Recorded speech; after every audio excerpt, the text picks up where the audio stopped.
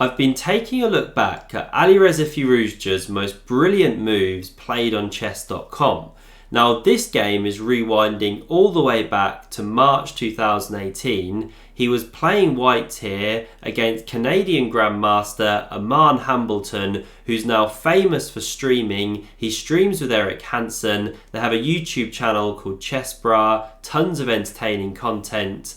Now in this one, Alireza hits him with a devastating, insane rook sack. You've got to see this one. Let's see what happened here. So Alireza kicks off with d4 and now b6 from Aman. Now the opening is kind of irrelevant here. Aman just gets a position. He plays very solidly but passively. Alireza gets the centre, as we'll see. So bishop b7, knight f3, and he just goes e6, and in a moment we see the pawn coming to g6. So fianchettoing both bishops, that double fianchetto system, and these systems can be tricky to play against when you're playing in blitz chess.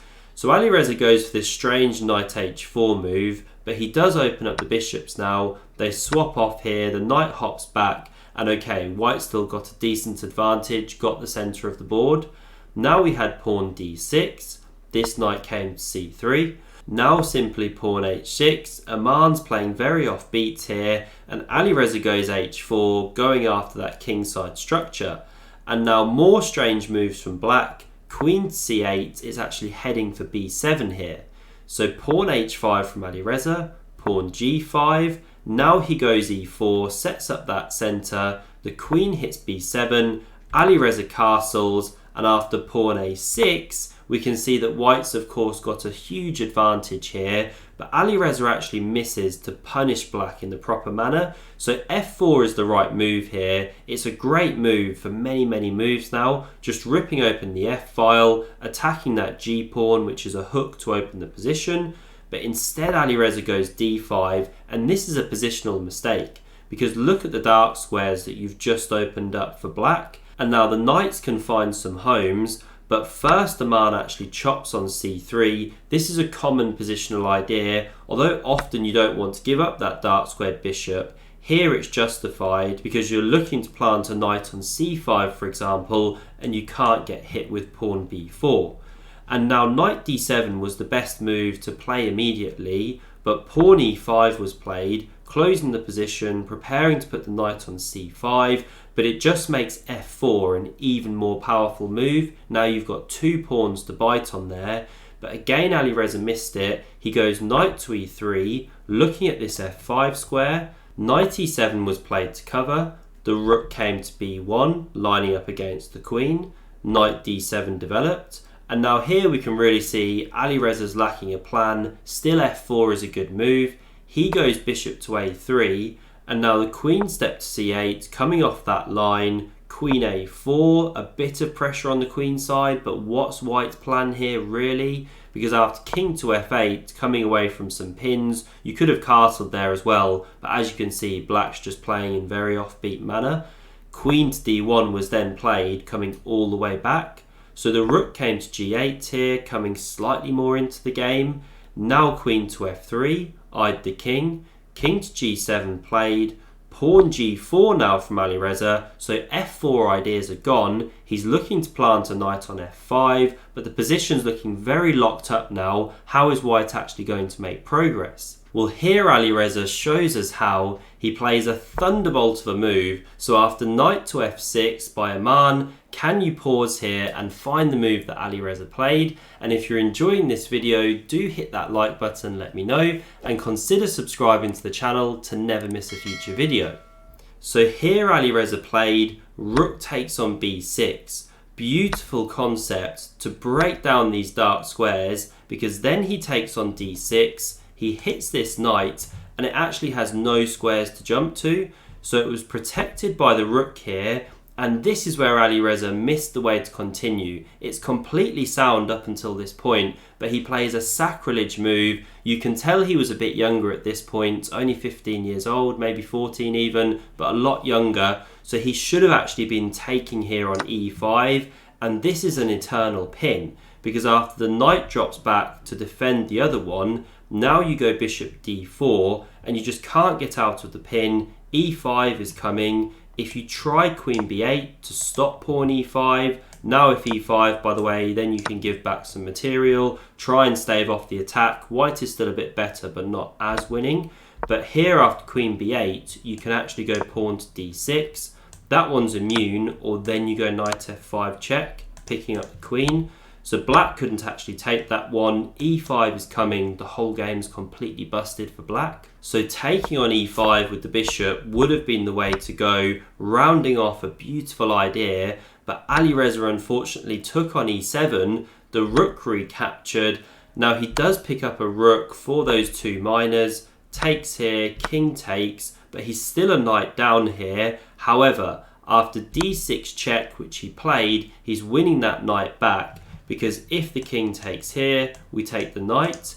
If you come king e6, again we'll soon be checking that king away, winning the knight.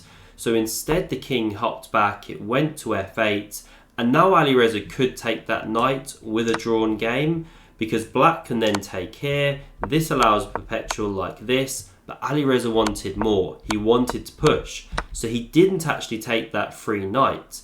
Instead, he played rook to b1 here, keeping the game going, really showing his fighting spirit. Now we had queen takes on g4 with check. This one was taken, the knight hopped in, and Alireza took here.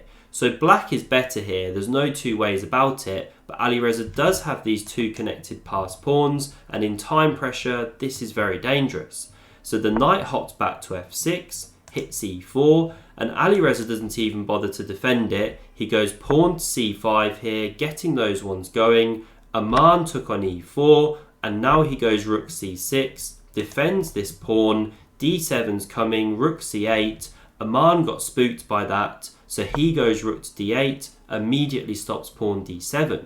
And now Alireza finds the best move here. He goes pawn to f3, tempting black to take here, because if you do, then white picks up here. Now black can play like this, the computer gives it as a level position now, and that's really the point, that when you do this, white now has huge counterplay with all of these three passed pawns.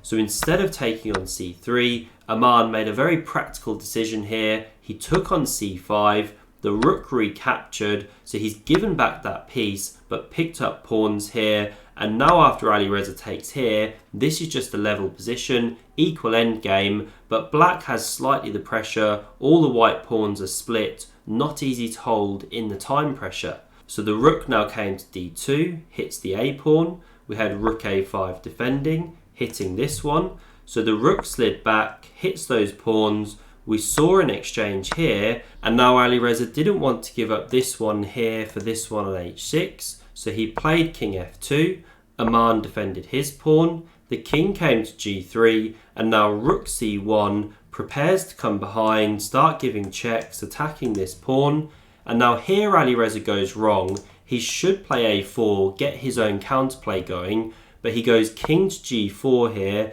and this doesn't actually protect his pawn, because now rook h4 check is coming anyway, picking up this pawn, and here he blunders further, pawn f4. I mean, they've got no time left, of course, plus he wasn't the player then that he is now, and here Aman can check. The king drops back, he takes on f4, now a4 played, but the rook comes back, black can win another pawn here, so a5 from Alireza. Now black can even pick up here, that's the best way to play. You can still then get back and swing around, but instead Aman comes immediately.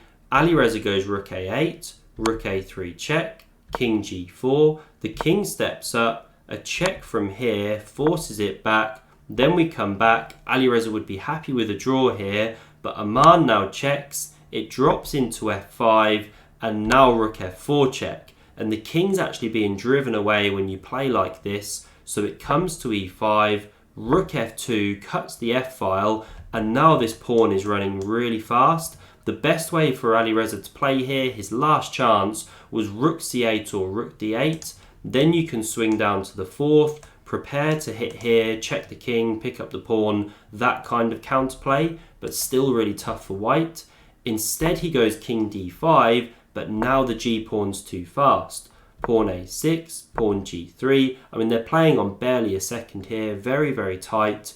The rook came to b8, but now pawn g2 is just far too fast. If Alireza goes rook b1, then there's this simple idea, the pawn is queening. So he chucks rook b2 here, a last ditch attempt. Aman goes check, this is all pre-move stuff.